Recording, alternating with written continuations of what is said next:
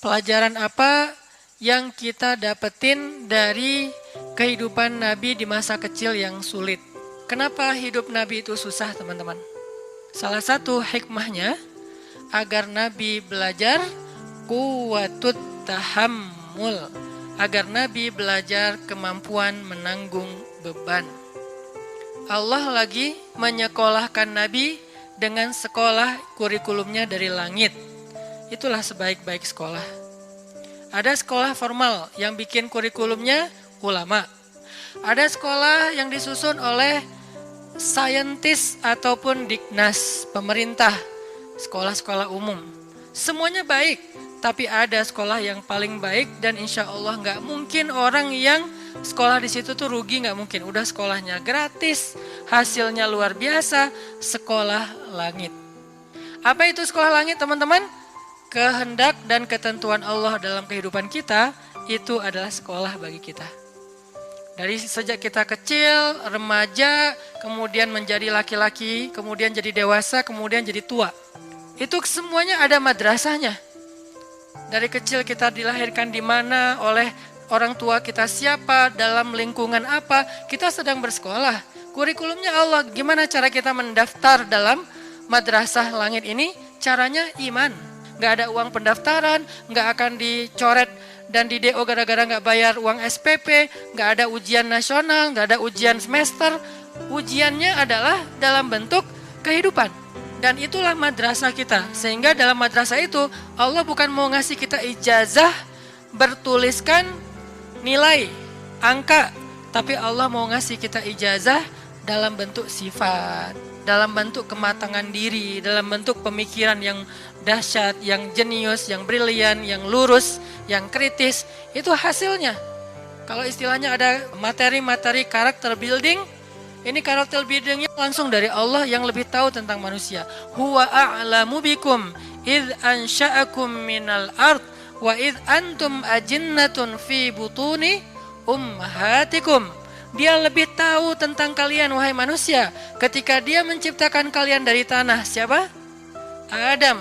Atau ketika kalian berada di dalam rahim ibu-ibu kalian. Siapa? Kita. Huwa a'lamu bikum. Allah lebih tahu tentang kalian. Sehingga yang lebih tahu ini memberi kalian madrasah. Sampai kita hari ini dapat madrasah dari Allah. Jadi ketika kita dapat ujian dalam hidup, kita coba bangun self-awareness. Oh, saya lagi sekolah sama Allah. Saya lagi disuruh latihan sama Allah. Latihan apa? Salah satu yang paling gampang adalah belajar kuwatut tahammul, kemampuan mengangkut beban. Terutama buat cowok. Fitrah kita itu diciptakan untuk mengangkut beban. Kita dijadikan lebih kuat bukan untuk gaya-gayaan, untuk mengangkut beban. Makin besar tanggung jawab dan beban yang dia ambil, makin dia cowok sejati. Rujulah kesatria namanya. Nabi dari kecil beliau dapat banyak ujian supaya punya kuwatut tahammul, mengangkut beban. Dan memang benar, Nabi itu sedang disiapkan oleh Allah untuk mengangkut beban yang paling berat.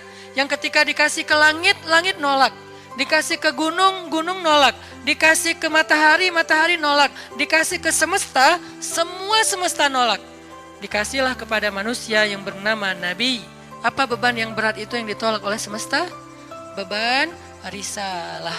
Satu tingkat lebih berat daripada beban nubuwah. Apa bedanya nubuwah sama risalah? Yang membawa nubuwah namanya Nabi. Yang membawa risalah namanya Rasul. Makanya ada Nabi, ada Rasul. Apa bedanya? Kalau Nabi dia nggak membawa ajaran baru, meneruskan ajaran Nabi sebelumnya. Tapi kalau Rasul membawa ajaran baru. Sehingga penolakan publiknya lebih tinggi. Ujiannya lebih berat kalau Rasul itu. Dia seperti membawa syariat baru. Kebayang ya? Kita udah punya tradisi, lalu kita juga punya nasionalisme. Kita punya budaya yang sudah sangat tua, lalu ditambah lagi dengan punya nasionalisme yang hampir 100 tahun itu, tiba-tiba datang seorang laki-laki mengatakan, tinggalkan semuanya, inilah yang benar. Gimana kira-kira penolakannya? Wah, habis tuh laki-laki. Banyak cerita mereka yang dibunuh. Makanya Bani Israel yaqtulunal anbiya bighairi haq, membunuh para nabi tanpa alasan yang dibolehkan. Kenapa? Menolak ajarannya.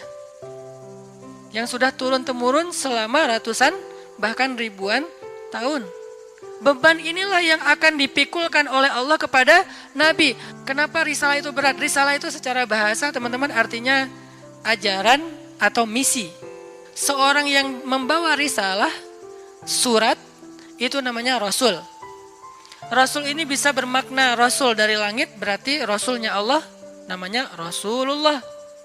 Bisa juga Rasulnya bumi, Rasul para raja, utusan para raja yang diutus ke raja yang lain, membawa surat dari raja ini, bisa surat rahasia, bisa surat tentang perang, bisa surat tentang damai segala macam. Resikonya gede nggak tuh jadi utusan? Gede banget resiko jadi utusan.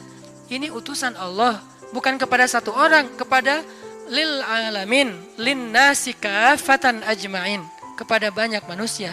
Ini beban yang berat. Malaikat aja nggak sanggup memikul beban risalah.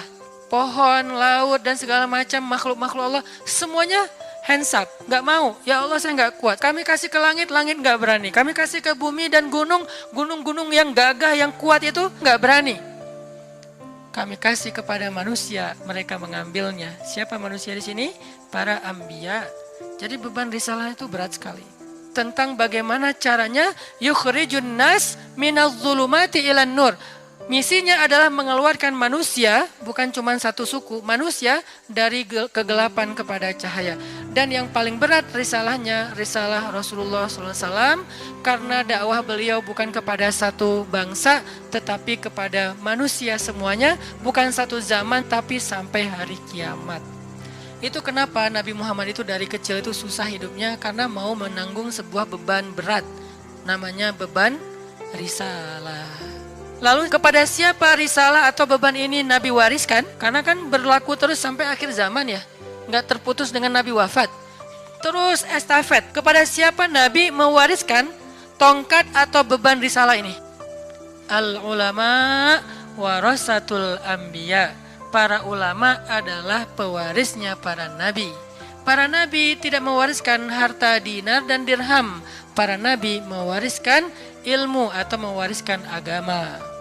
Jadi tugas beban yang paling berat ini untuk menanggung beban umat bukan hanya ngajarin. Kalau ngajarin bebannya oke lah ada beban sedikit tapi nggak berat-berat amat jadi pengajar. Yang berat itu adalah risalah menanggung beban umat. Yang lapar harus dikasih makan, yang sakit harus dibantu berobat, yang miskin harus disantuni, anak yatim harus diberikan haknya, janda-janda yang nggak punya siapapun yang menafkahinya harus ada program untuk mereka. Banyak, pokoknya semua beban umat dari mulai yang lapar paling kecil sampai